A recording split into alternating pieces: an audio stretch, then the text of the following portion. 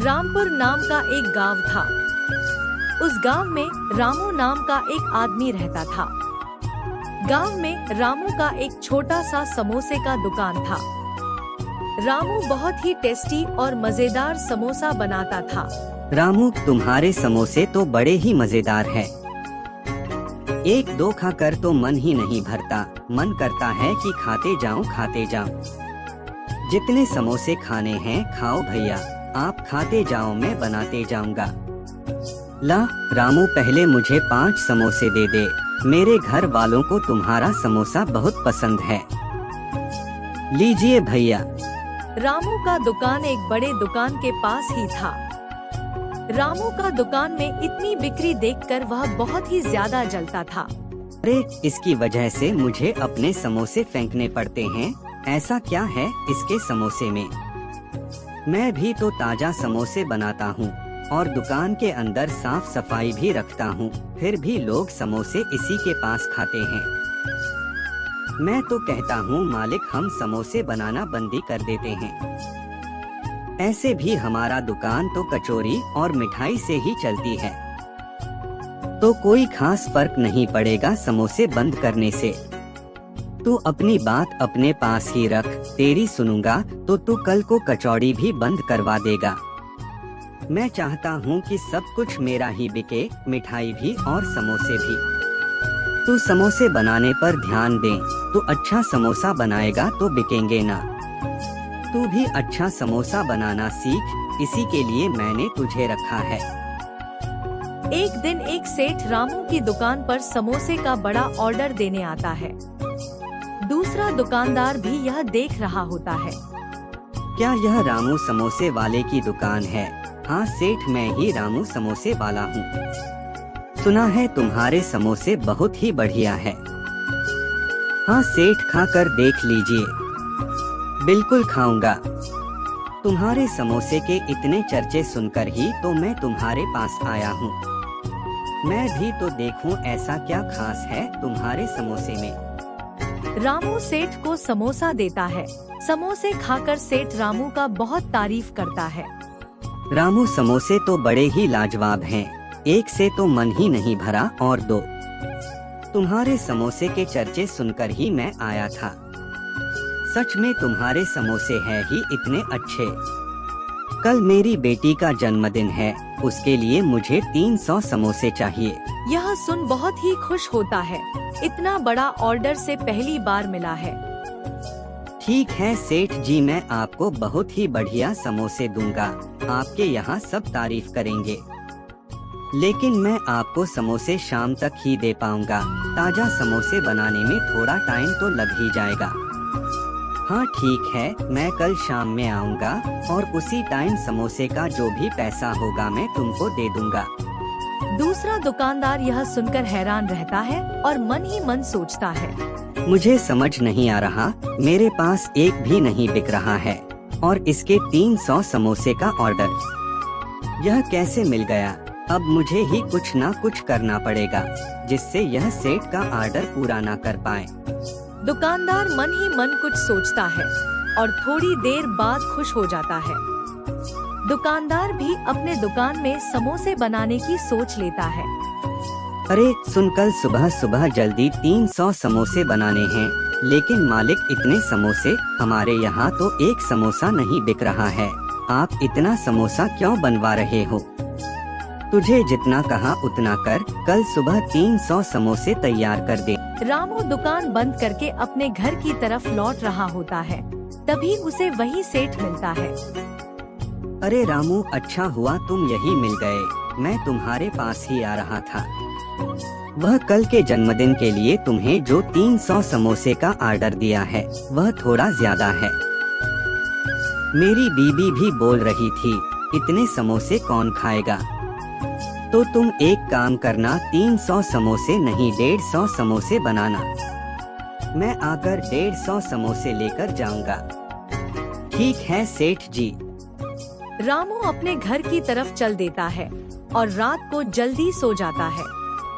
उसी रात से मौसम भी खराब हो जाता है। सुबह भी बारिश हो रही होती है। रामू सुबह से ही समोसे बनाने में लग जाता है। तेज बारिश को देख रामू भगवान से कहता है, ये कैसा मौसम हो रहा है। ऐसे ही बारिश होती रही तो मैं दुकान पर कैसे जाऊंगा। मैं भी जल्दी समोसे बनाकर अपनी दुकान पर चलता हूँ। रामू जल्दी से समोसे तैयार करने लग जाता है। उधर दूसरा दुकानदार भी अपनी दुकान में समोसे तैयार करवाता है। समोसे तैयार हो गए ना? हाँ मालिक, पूरे 300 समोसे तैयार हो गए। बहुत अच्छे। लेकिन मालिक, आज सुबह से ही मौसम बहुत खराब है और बारिश भी बहुत ज्यादा हो रही है।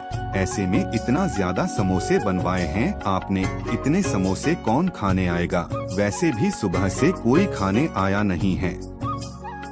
तेरा हाथ कम और मुंह ज्यादा चलता है। देखना आज यह समोसे कैसे फटाफट बिक जाते हैं।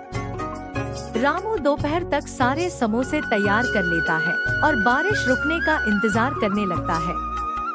बारिश रुकने का इंतजार करते करते शाम हो जाती है। शाम होने वाली है, सेठ दुकान पर पहुंचने ही वाले होंगे। हे भगवान, जल्दी से पानी रुक जाए ताकि मैं जल्दी से दुकान पहुंच जाऊं। दुकान पहुंचने के बाद बारिश हो जाए तो भी कोई समस्या नहीं है। उधर दुकानदार का एक आदमी रास्ते में रामू पर नजर रखता है और उसके आने का इंतजार करने लगता है। बारिश के रुकते ही रामू तुरंत ही सारे समोसे एक बड़ी सी टोकरी में भरकर उसे अपने सिर पर रखकर अपनी दुकान की तरफ निकल पड़ता है। मौसम अभी भी खराब ही लग रहा था, बारिश कभी भी हो सकती थी। रामू तेज अपनी दुकान की तरफ बढ़ रहा था। जैसे जैसे मौसम बिगड़ रहा था और बादल गरज रहे थे, वैसे वैसे रामू के कदम भी तेज हो रहे थे। रामू यह सब सोच कर जा ही रहा होता है कि तभी एक आदमी साइकिल पर आते हुए उसे टक्कर मार देता है और रामू गिर जाता है। रामू की टोकरी भी गिर जाती है और उसके सारे समोसे बिखर जाते हैं। रामू साइकिल वाले पर गुस्सा होते हुए कहता है, जब साइकिल चलानी नहीं आती तो क्यों चलाता है। रुको, मेरा नुकसान करके जा रहे हो, इसकी भरपाई तो करते जाओ। हे भगवान, अब मैं क्या करूं, मेरे सारे समोसे खराब हो गए। यह लोग दूसरे के काम और मेहनत के बारे में जरा भी नहीं सोचते हैं। अब मैं सेठ जी को क्या दूंगा। इतना बड़ा ऑर्डर मिला था, अब मैं यह ऑर्डर पूरा नहीं किया तो लोग कैसे मेरे पर भरोसा करके ऑर्डर देंगे। अब तो शाम हो चुकी है, इतना समय भी नहीं बचा कि मैं समोसा बना सकूं। यह सब सोच रामू परेशान होकर वहीं बैठ जाता है। उसे समझ नहीं आ रहा था कि वह क्या करे। एक काम करता हूँ, घर जाके फिर से समोसे बनाता हूँ, क्या पता सेठ जी के आने तक समोसा बन जाए। रामू टोकरी उठाता है और घर की तरफ चल देता है, मगर फिर से बारिश होने लगता है। फिर से इतनी तेज बारिश होने लगी। लगता है आज मैं सेठ जी ऑर्डर पूरा नहीं कर पाऊंगा।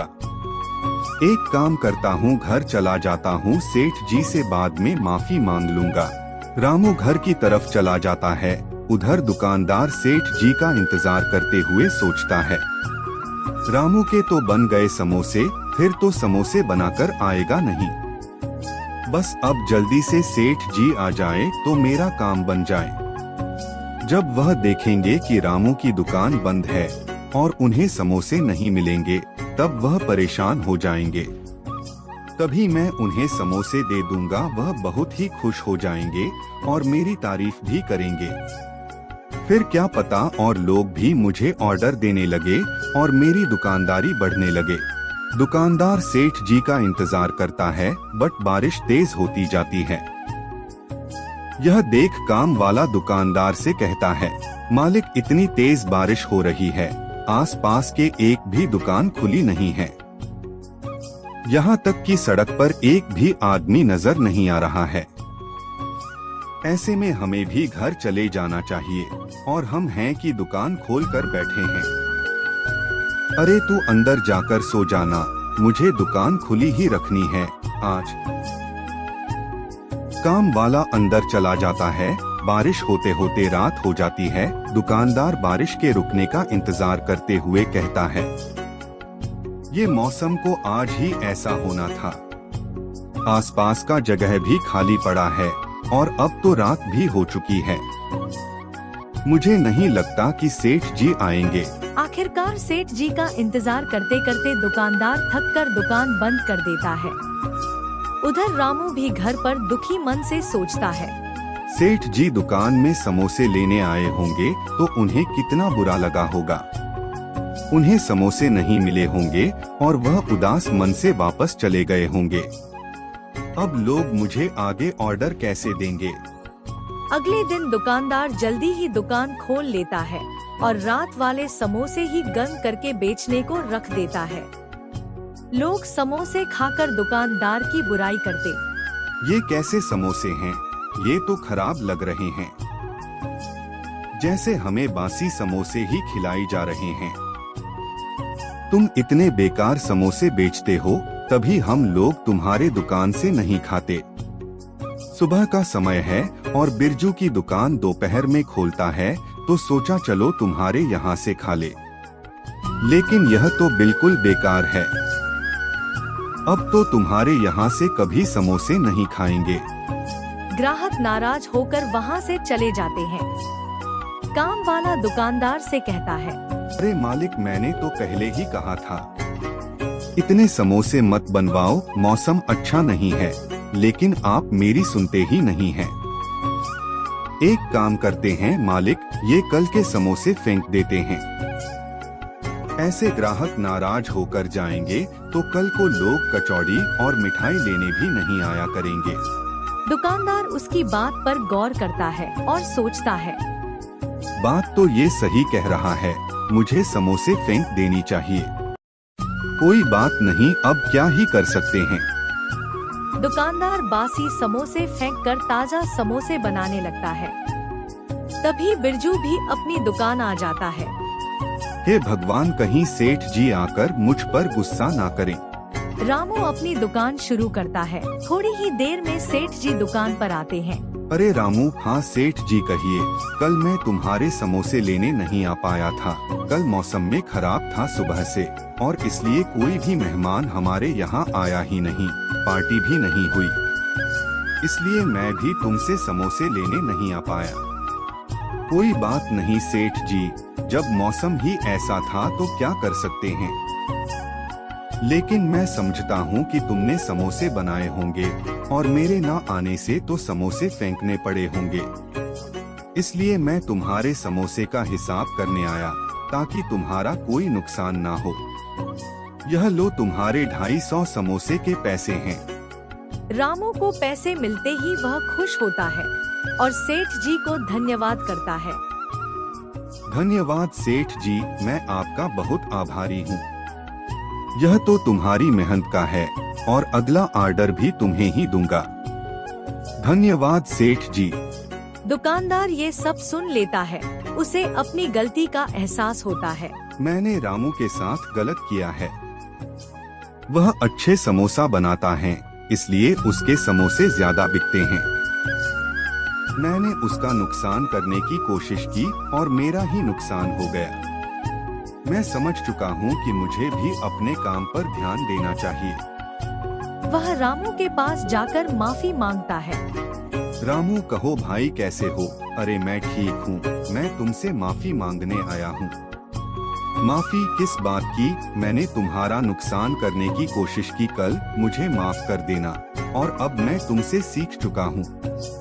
अब से मैं भी अच्छा सामान बनाया करूँगा और समोसे बनाना बंद कर दूंगा।